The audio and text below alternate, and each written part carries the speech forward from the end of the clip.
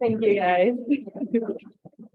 So thank you for being here today. I know that at the end of the semester, it's always hard for us to find time to do professional development events, but I hope to provide you guys with some great information today and share part of my experience with the 3MT and also the research in the state.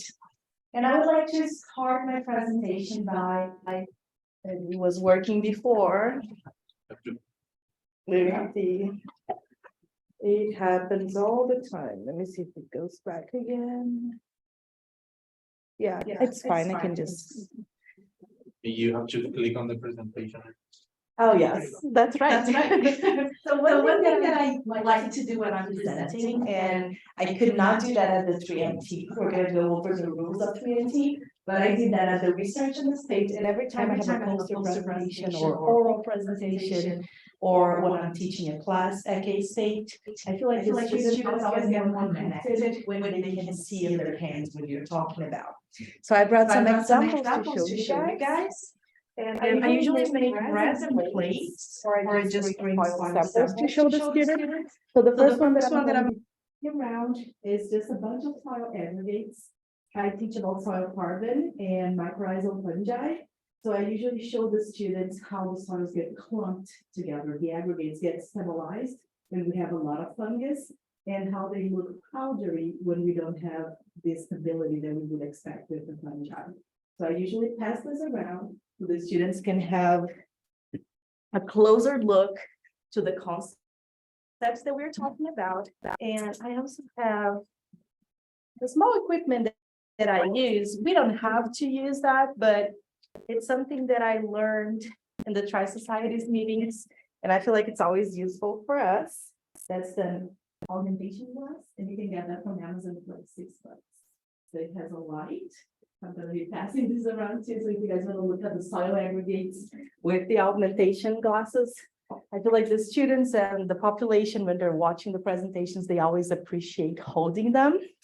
I brought some other examples in here when I'm teaching about nitrogen fixation. Some students have never seen nodules before, and most of the time when I'm teaching, the soybean plants are gone. We cannot go to the field and get them. So I impressed some of the nodules in a resin plate to show the students as well.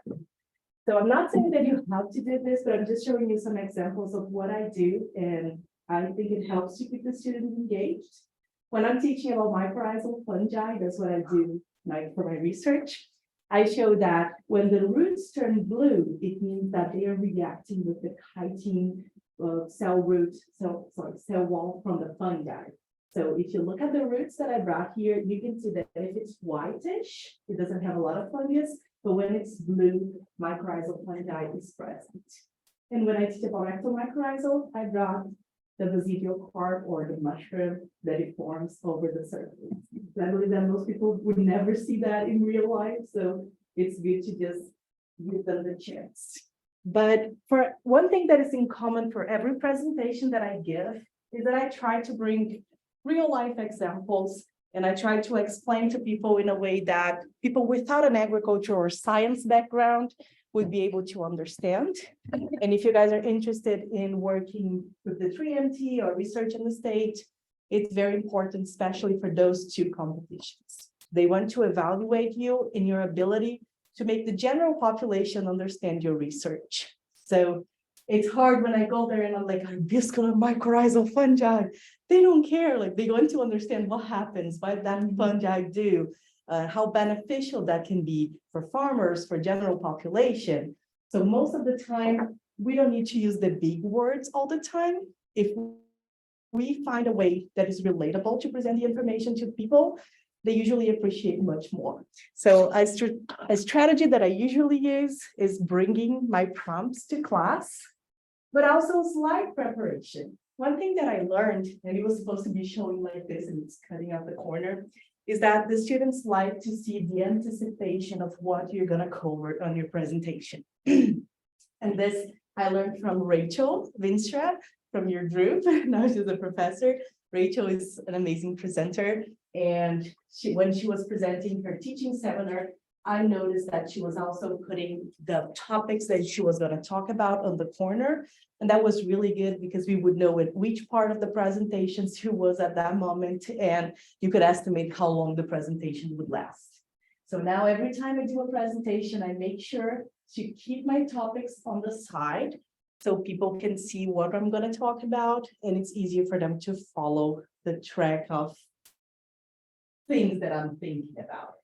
So one thing that I learned last semester, I usually like bringing colorful slides, and I like bringing pictures, because pictures will keep the students engaged. Most of the time, if you just show a table or just a whole bunch of reading information, they're going to be bored very easily, and they tend to stop paying attention in what you're talking about.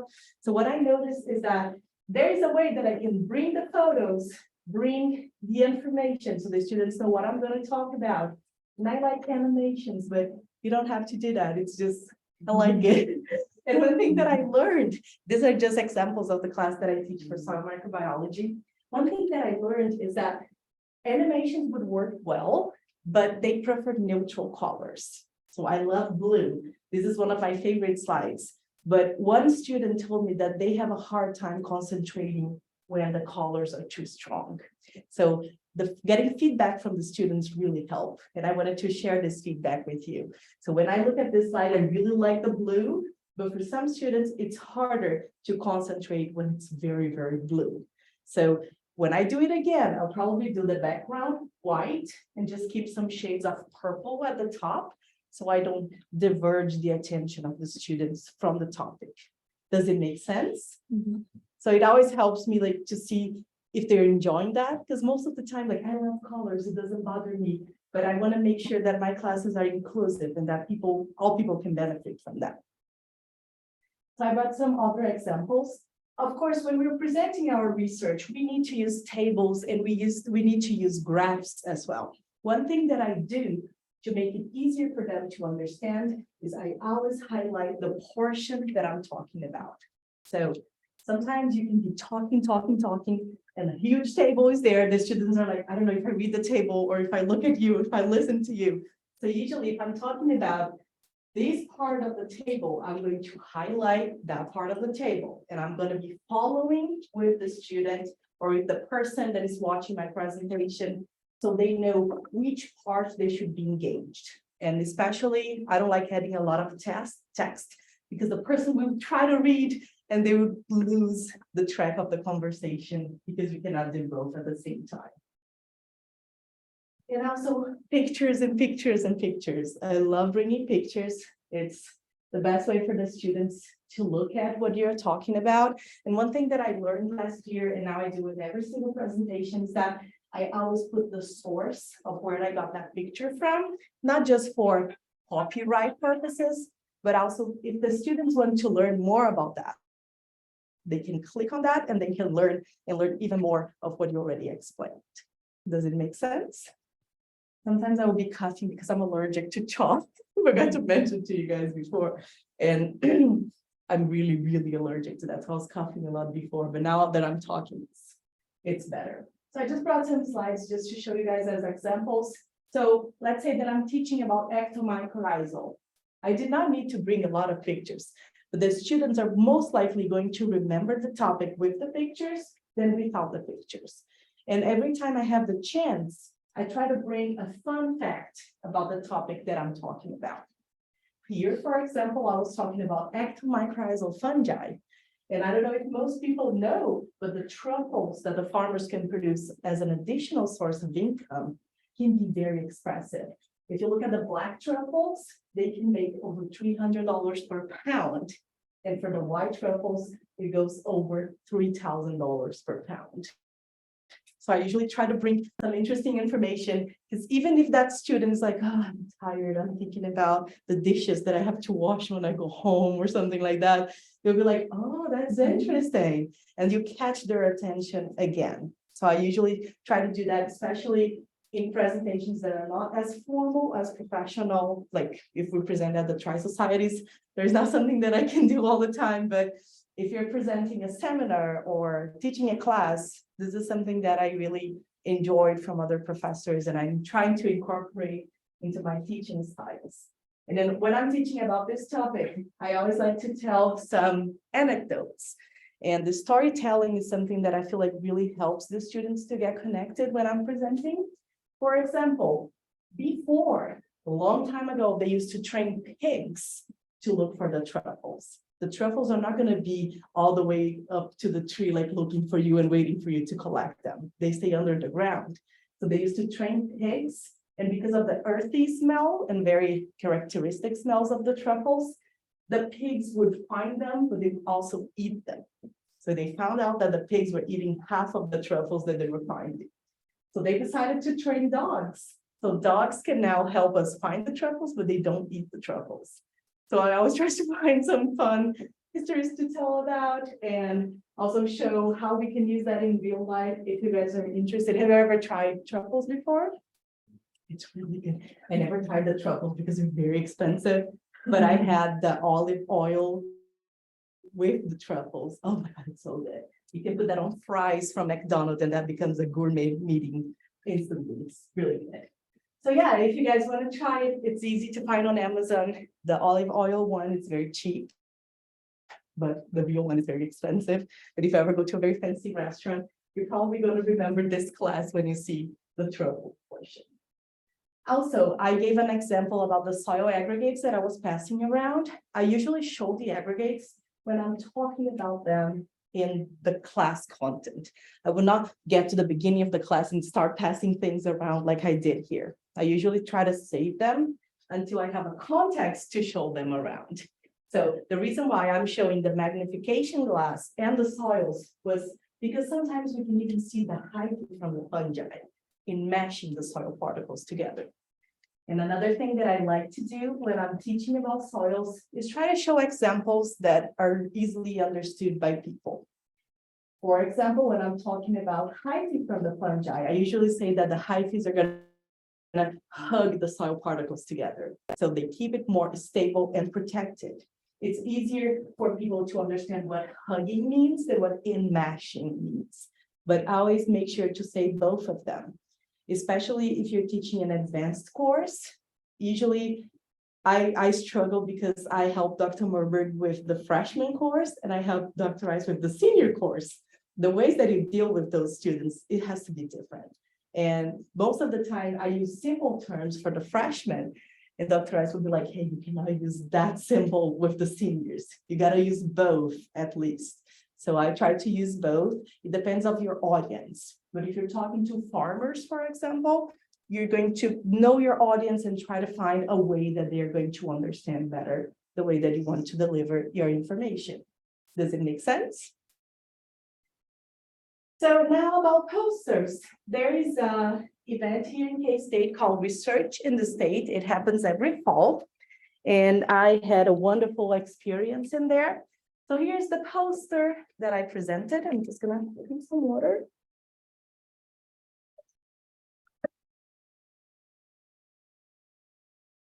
If you guys are interested in going to this event, I strongly recommend. In this event, lots of graduate students from K-State would showcase their research, and they always select the 10 best presenters, and we get a scholarship. I think it was like $250. But after that, you get to represent K-State in Topeka at the Capitol building. So that part was really cool. So I want to share with you guys my experience with that. I was talking about mycorrhizal fungi. That's the topic that I usually talk about. So what did I do to keep people engaged and the judges, and not just the judges? I wanted to show them how a root system would look like with and without the fungus present. So they could see how the fungus would influence in the root development and also soil aggregation. Sometimes I would bring corn. I would look. This one came from a Lopes soil with mycorrhizal, and this one without mycorrhizal. So even though in the first year of the experiment, you might not have a statistical significant results, but you can easily see them on the field. Most of the time, that's what people want to see and to understand what is your research is about. Now, I'm sorry, I just made a mess here. I need to find a way to keep the without falling apart. But one thing that I did for this presentation, and I learned that from Dr. Rice, is try to use as little text as possible. And when you have to add text, make sure that you highlight the information that you want people to see.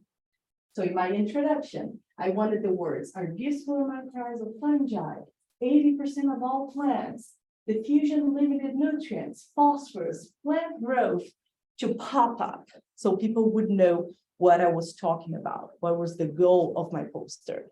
You don't want to come here and add a whole bunch of text because people will get bored. We don't want to do that. And for the introduction part, I also drew a diagram. I learned that people learn more from diagrams than just reading a whole bunch of text. So as you can see here, or maybe you cannot because the quality right here is not really good, but if you ever want to see the poster, I can just email that to you.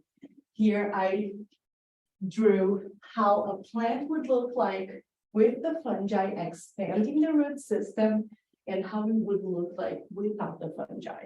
So the person does not need to read your introduction. If they step in front of your poster, they will know that with the fungi, it's better than without the fungi.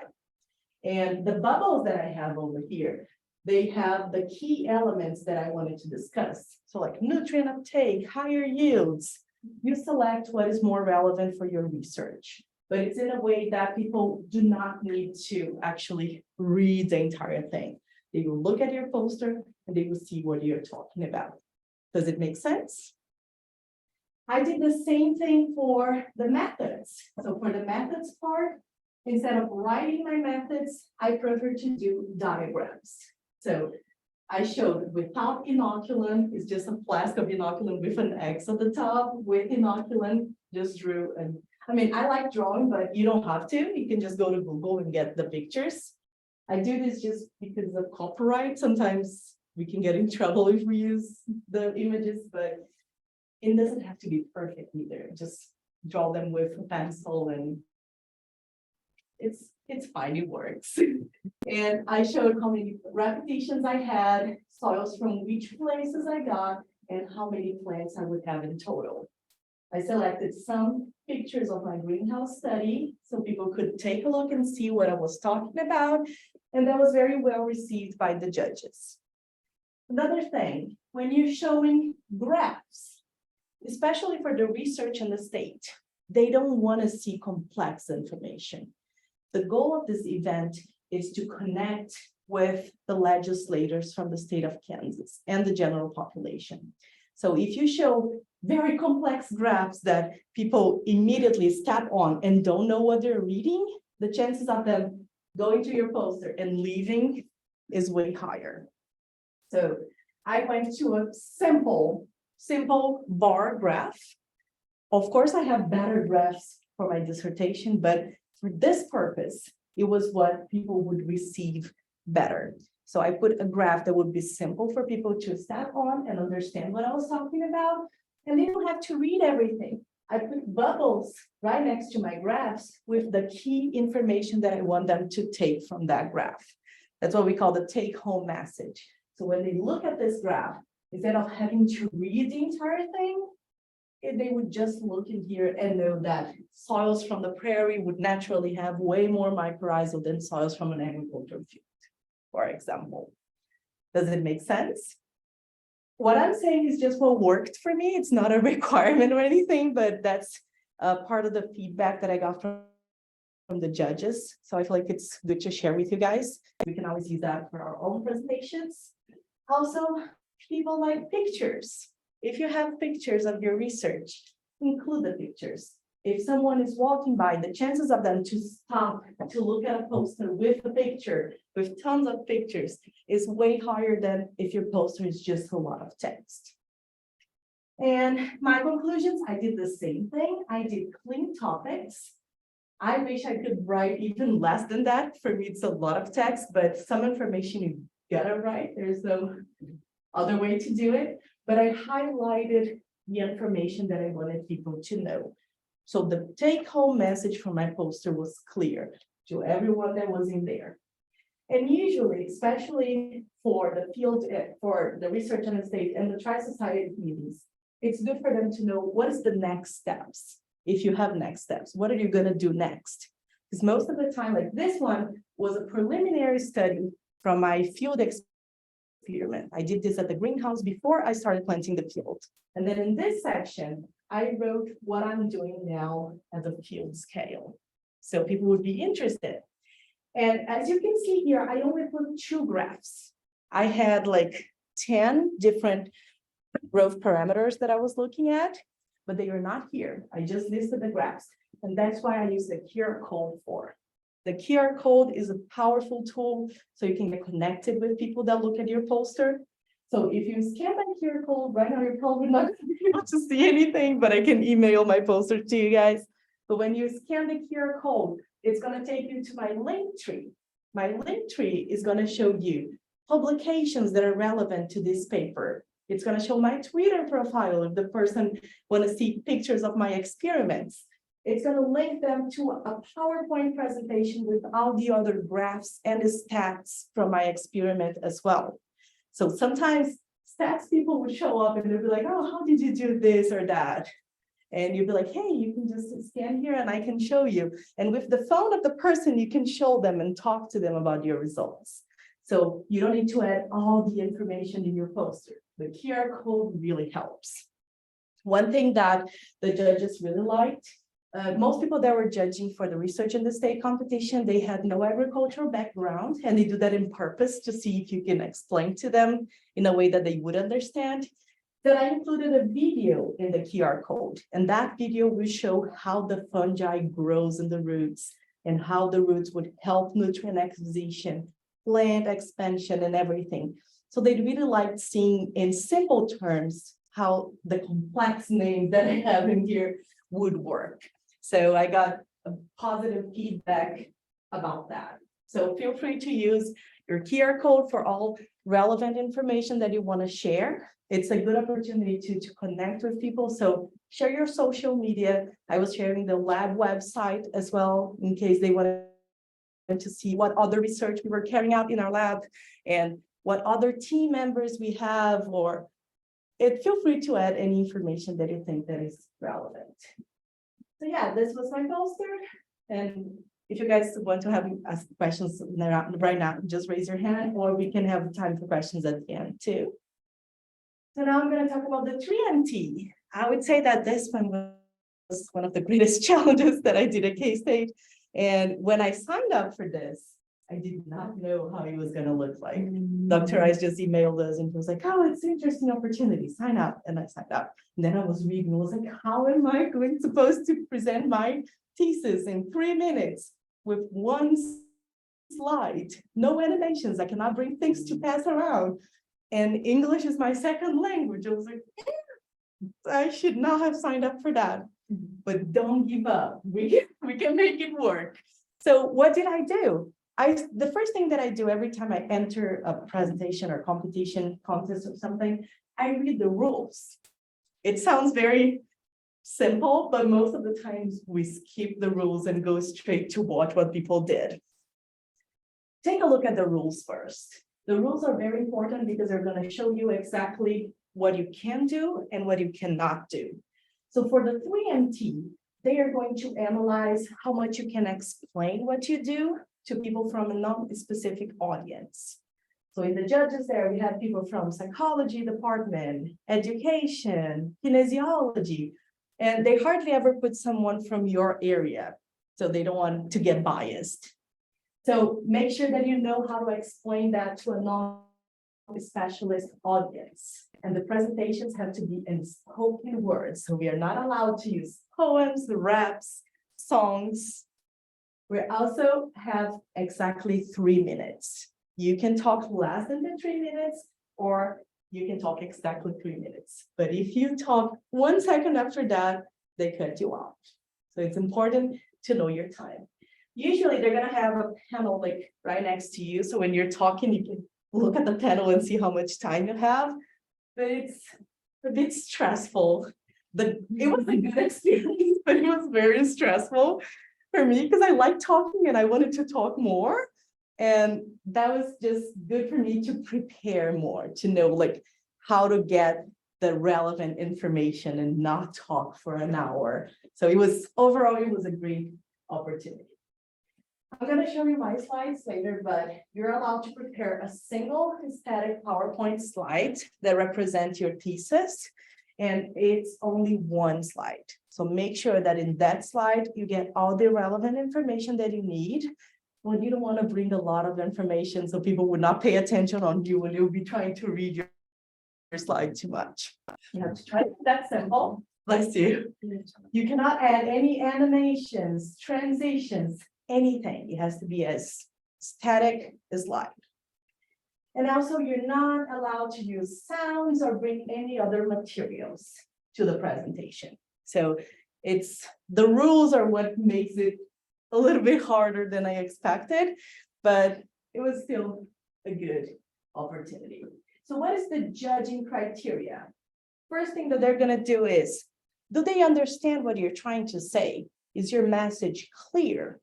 But you have to do that without making your area of study or your research something too basic or too trivial. It has to be, there's a thin line between people will understand everything I do, but it's still very relevant and not trivial. So that was the part that I was struggling the most, because I would either make it too simple or not simple enough. And they have preparation sections that the GSC holds before the competition. So if you guys want to do that, I strongly recommend that. They have judges that would give you real feedback, just like if you are in the real competition, and that really helps. And sometimes tiny things that are common for us are not common for other people. For example, I work with spores of the fungi. I use a inoculant source. For me, it's very clear what a spore or inoculant is. And I never thought that for the general population, inoculant was not a common word. So one of the judges asked me, what is an inoculant? What is a spore? Like, they don't know. When they talk about fungi, they think about the food that they forget on the fridge for 20 days. And when they look back at that, it's like all fluffy. So I was like, yeah, I need to find a better way to say that. So now when I say inoculant, I would say tiny bits of the fungus that would turn into new individuals. They don't need to know the word inoculant. They know that it's called inoculant, but they know what is the meaning of that. So you can apply that for any type of research that you do. Sometimes we have some very complex terms, and it's harder for the general audience to understand. So don't be afraid to break down those terms in a more accessible language. And also, they are also going to evaluate you and what is the impact of your research. So are you presenting something that is going to be relevant for the community, for people, for whatever? It has to be something relevant. Most of the time, it is relevant, otherwise we would not get funded, we would not be working on that. So make sure that you sell your product. There are two ways of saying, I could come here and be like, I work with a fungi that helps the plants. Or it can be like, hey, I work with a fungi that helps climate change. The farmers can produce more, they can make way more money, you can save money on fertilizers. It depends on how you show your research. So make sure that you sell your products, that you show them that what you're doing matters and what you're doing is actually relevant. They will also evaluate did the presentation follow a clear and logical sequence? In the next slide, I'm going to show you how I prepared to my presentation. I'm going to come back to that, but I took a picture of my notebook and what I was doing to organize what I was going to say. But they do look at that. They want to know if you have a clear sequence. If I'm explaining how the fungi works, they're expected to know how I inoculated the soil, how I brought the fungi to the soil in the beginning, not in the end, after I talk about my results. So make sure that you have that in your mind. Also, was it communicated in a language that is appropriated to a non-specialized audience? A common mistake that usually happens in this competition, and if you guys are curious, there's the whole video of the competition in the K-State website. So you can watch all the other presentations as well. Everyone did a great job, But when you watch and you know the rules, you'll be, oh, that person did this and this is against the rules. So that's probably why that person did not win. So now that you know the rules, it's easier for you to analyze. But they don't want you to go there and be saying all the big words and showing that you're very smart. They want to be able to understand what you're doing. I know that sometimes we think like the more complex it is, more people will think that I'm doing something that matters, but not necessarily. So it's important that we know the public, who are we talking to? And also, did they spend adequate time in each part of the presentation? So what if I spend 2.5 minutes talking about the importance of AMF, that's what I work with, and just 30 seconds saying about the impact of my research, the results that I got, what I'm doing right now, what are my next steps? It's not going to be good. You have to have a balance between all that you're presenting. Does it make sense? Mm-hmm. And also, they evaluate you on engagement and communication. So did your presentation make people from the audience want to learn more? And if you guys watch the whole video, you're going to see that it really happens. There was a girl that presented about trailers, and I think she should have won. She did a great presentation. She was talking about the risks of people that live in trailer parks face when we have tornadoes or like floods and massive events. And the way that she explained that, the moment I got home, I was Googling about mobile homes. I was Googling about the impacts of tornadoes. I was like, that's so interesting. I never thought about that.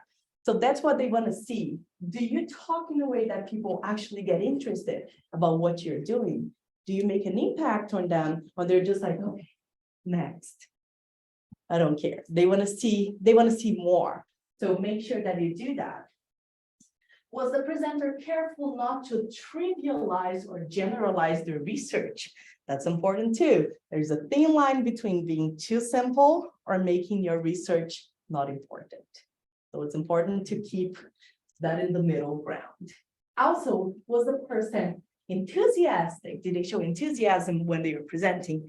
You don't want to go to a presentation, the person's like, oh, mycorrhizal fungi. Like the person clearly don't want to be there. And it's okay, like not everyone needs to be like, I want to talk. I'm actually extremely insecure when I'm presenting. But I just have an alter ego every time I'm teaching a class or something that takes over. And I'm like, it's okay if I make a mistake. Everyone makes mistakes. So why should I be perfect? I don't have to be perfect. We all have our insecurities. I will be hearing in my back like, oh, your English is not good. No, you're going to forget that information. You're going to mispronounce that word.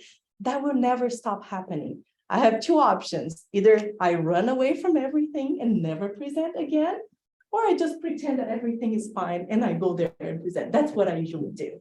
So if you wait for it to be the perfect timing, now my English is perfect. Now I know every single word. It's never going to happen. You're probably going to be like 80, 90 years old and be like, maybe now I can go to the 3MT. Maybe now it's the time. And if you go there and you froze, it's okay too. Nobody's going to care. Honestly, we care too much. People don't. And even if they do, they're probably going to be like, poke their friends and be like, oh, they forgot. And then 2 seconds after that, they forgot that they were talking about you. That doesn't change anything in your life. So that was something that really helped me to keep the mindset that, hey, I'm going to go there and I'm going to talk to people like I'm talking to a friend. When you talk to your friends, you don't need to rehearse and practice. Let's say that I'm going to Tiffany's office and be like, hey, Tiffany, let me show you what I saw yesterday in Aggieville. And I want to show her a picture. I don't need to rehearse that. The pictures or my poster is there just to help me, just to provide more information. So when I tell the gossip to Tiffany, she'll be like, oh, wow, that's nice. Just talk like you're talking to people. Just tell what you're doing. I know most of the time when we're presenting, we're freaking out that we're going to forget something. Use your poster or your single slide to keep you on track so you don't forget the relevant information. A common mistake is trying to memorize everything. I do not recommend that at all. Because what happens when you try to memorize? If you forget one sentence, you're going to be like, I don't even know what my name is anymore. I'm going to leave the country and never come back. don't memorize. It's like #1 rule. Don't memorize anything. Just have a clear flow of ideas that you need to say. And especially when you do that, use your slides for that. So here, and that's what happened to me in the first round of competition. I had everything in my mind, like what I had to say. But the moment I got there, I was like, these people do not look friendly. I was freaking out. I was like, I don't want to be here anymore. I just want to, and that happens a lot. One of my friends, she was having stomach problems. She was like, diarrhea and all the bad stomach problems that you can have. And she was like, I'm leaving. And she did the presentation too, but it happens when we're nervous. That happens, but you cannot let that go over you and, stop you from showing up and doing what you have to do. So when I was preparing my single slide, I want to make sure that if I forgot what I wanted to say, I would look at my slide and that would remind me of what I was talking about. So if you look at here, I have two situations. I was talking about mycorrhizal fungi and climate change. I wanted to present and show like how does that work? So if you have a whole bunch of greenhouse gases floating around, they trap the heat from the sun, the planet would increase the temperatures, it would alter all the biogeochemical cycles, and we would have lots and lots of atmospheric carbon, but not a lot of soil carbon. And you can see the sad little plant here without AMF. But when you have AMF, the plants expand their root system. They do more photosynthesis. When they do photosynthesis, they get that carbon and they incorporate that into their own bodies. So instead of having a whole bunch of carbon floating around, we have that in the body of the plant. So even if I forget what I was talking about, if I look at my slide, I would know exactly what I want to talk about. And it's not a slide that would keep people from not listening to me. It's not like a whole bunch of things written down. I just tried to draw some pictures so people would understand exactly what I was talking about. And I wrote the name of the fungi because I know for some people it will be the first time ever that they will be hearing about arbuscular mycorrhizal fungi. And that's okay. They're not required to know that. But if they want a reminder, it's right here. So this is the slide that I made. And that really helped me in the first round of the competition where I almost froze. I was like, what am I gonna say? And then I look at that and I pretended that I was just teaching a class and just saying what I do. We work a lot, so we know what we do. If your mom calls you and be like, hey, what did you do today? You know what to tell her because you did that. So there is no reason to panic or not want to show up because of that. And how to prepare your presentation. So here I have the flow of ideas that I did, and I want to show you guys my presentation, if it's okay with you. It's only 3 minutes, so it's going to be fast. And you're going to see that I made mistakes on my presentation. It doesn't need to be perfect. Nobody's waiting for perfection in there. I look at my presentation and now I can point out several mistakes that I made, but somehow it was good enough. It was good enough for the presentation. So I'm happy. So what did I do when I was preparing? And here I got a picture of my notebook doing exactly what I wanted to show the people. Like I told you before, don't memorize, because if you memorize and you lose one sentence, you forget everything else that you're going to do. But I had a flow of ideas that I wanted to do. The only thing that I memorized, but you don't have to, was my engaging introduction. If you have a tiny sentence that you say in the beginning, and that thing I memorized because that would get me going. Even if I freeze, I know that first thing that I need to say, and that would link me to the rest of my presentation. I still remember that today because I memorized that. I always say don't memorize. I don't want you guys to think that I'm telling you to memorize, but you need to know exactly how you want to start your presentation. That's what I mean. So, for example, what I said was something that was an engaging introduction that will show the relevance of my topic. I was talking about CO2, climate change, mycorrhizal fungi, climate change especially. So my catchy phrase at the beginning was, every breath you take reminds you that climate change is no longer a distant threat. Climate change is here, and ignoring it is not an option. So this part I memorized. because I was saying that too many times, I ended up memorizing, but you would catch people's attention. And I was doing some dramatic pauses, so people would be like, oh, climate change, that's true, that's relevant, let's see what she's gonna talk about that. So that was the only part that I actually knew that I had to say. And then I started talking about the background information. What is climate change? Then I was saying, I don't remember the rest of it because I did not memorize, but you guys are going to see the presentation. I was just giving them a quick explanation of what climate change is. How does that work? What does the soils and the plants have to do with that? And one thing that I usually do for presentations that helps, I memorize one stat. It doesn't have, yeah, I don't have to do that, but like when you tell people, did you know that in the past 100 years alone, we are emitting 15% more CO2 than we ever did? It's good to people will be like, wow, 15%, that's a lot. 100 years? Oh, my grandfather was here. Like it gives them a timeline. You don't have to do that, but the judges liked when I did that. So it was one thing that I liked to include. And then engage your audience. Don't expect for them to answer you, but I always be like, did you know that our soils hold twice more carbon than vegetation and air combined? Then the person will be like, I did not know that. That's interesting. Let's hear about soils. That's a way to keep the person engaged. And then after that, I introduce my research topic and the results that have been having. After that, what are going to be my next steps? And then my engaging ending. And I forgot that part during my presentation. You're going to see at the end, it was weird the way that I was finishing up.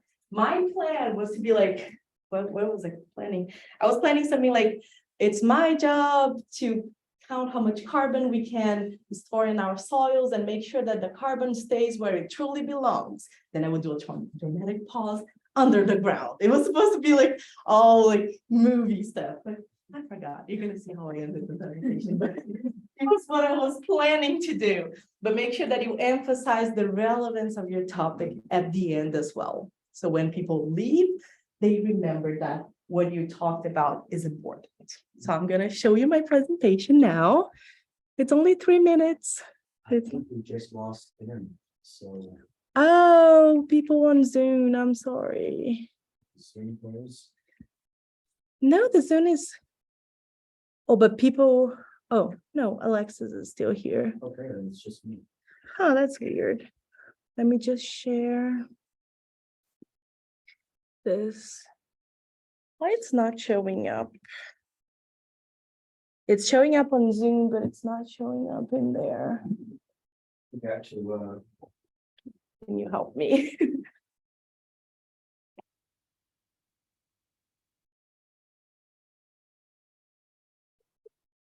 let's see. Stop share. And oops, it's the wrong button. It's probably something about the And computer. it's this one. No, it's I think that's just on Zoom. we have other issues. We got another class in here. The presentation. Going. I'm sorry, guys, technical problems. I'm gonna find a way to show you the presentation. Desktop one. Let's just try sharing the whole screen. Yeah, it does not show. It's not the Zoom thing, though. I know I think it's this. Can we exit the presentation? Yes. So when I exit the presentation,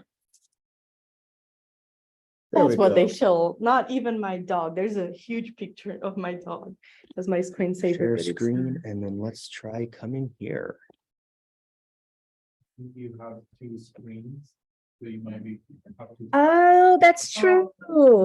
I do have two. Oh, thank you. I do have two screens, the one that I use in my office. Thank you. That's a good point. So thank you, Ethan. We always do. So is Endy Lopes Kailer.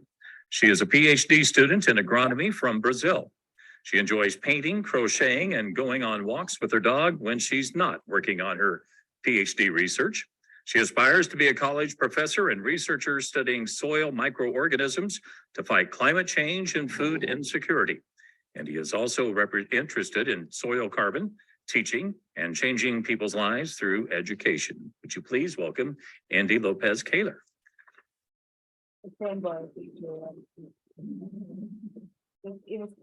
Every breath we take reminds us that climate change is no longer a distant threat. Climate change is here, and ignoring it is not an option. The main cause of climate change is the accumulation of greenhouse gases as CO2 in the atmosphere. And those gases, they trap the heat from the sun, increasing the global temperatures and altering many of the natural cycles that we have in our planet.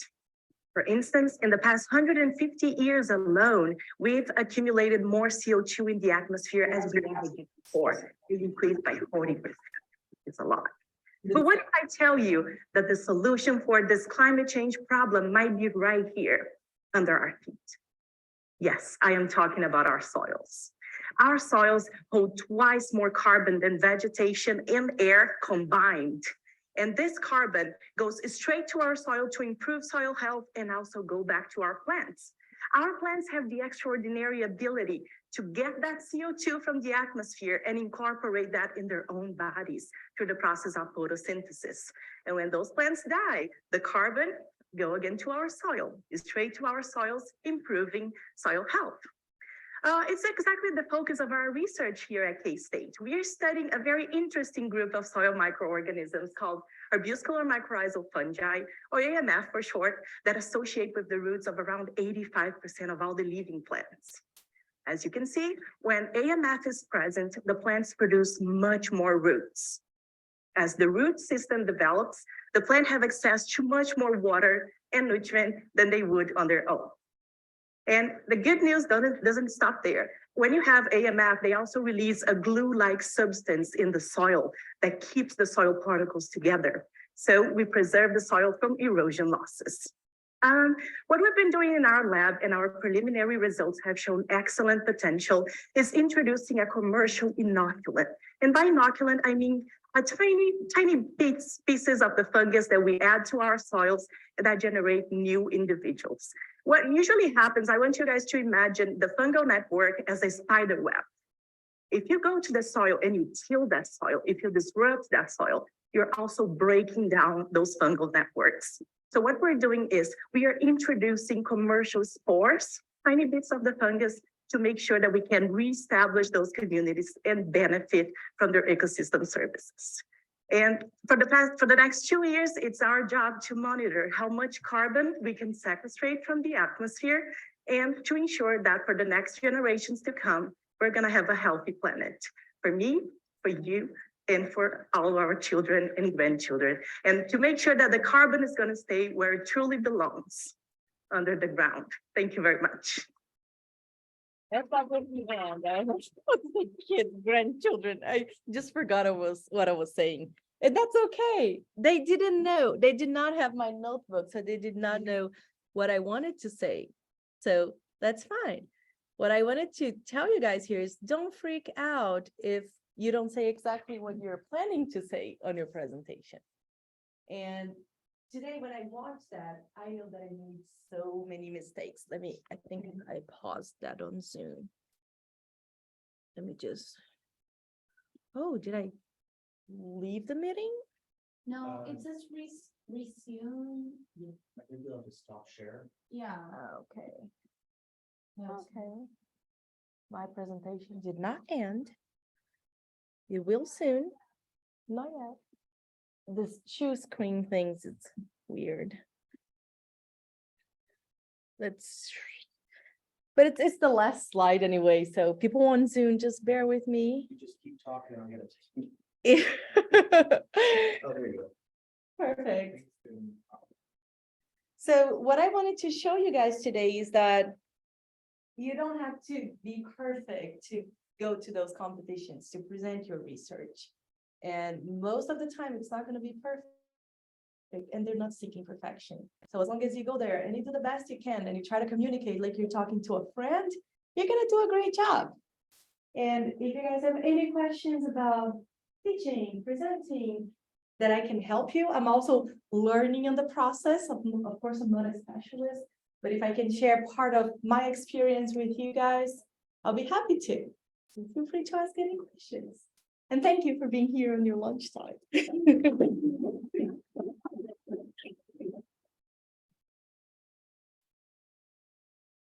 So the floor is open to questions. You're not sharing that last slide. So Uh. I'll have to swap that out so that it's shut forever on our GSA.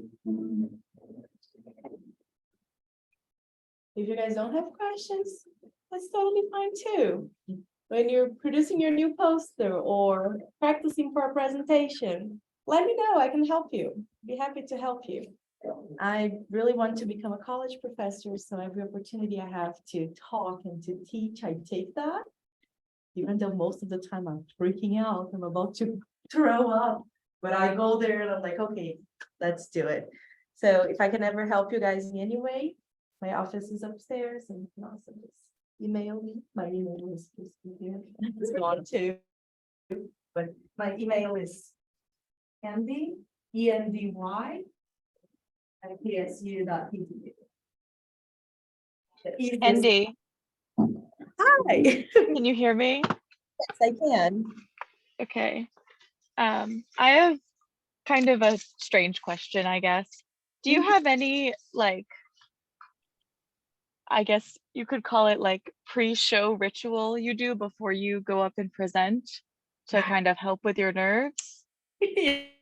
Yes, I do. Okay, so my fiance is a nutritionist, and it's not relevant for the presentation, but he is. And he told me once that when you're going to present, you don't want to eat heavy things because you want your blood to be in your brain, not digesting food.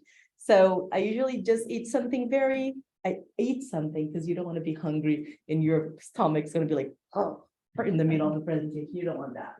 But I usually just eat something simple like yogurt or something, just so I'm not starving at the moment of the presentation. And usually I just try to do deep breaths. Usually when we're nervous, we tend not to breathe. And if you don't breathe, you don't bring oxygen to your brain and you tend to forget things. So breathe. You don't need to. One mistake that I always make is talking too fast. I need to work on that. I'm trying to, but I tend to talk too fast. Even when I'm talking to friends, I talk super fast. So try to slow down a little bit, take a deep breath, and you should be good to go. Any other questions? Thank you so much. You're welcome. If not, thank you so much for coming. I hope you guys have a nice weekend. You're welcome.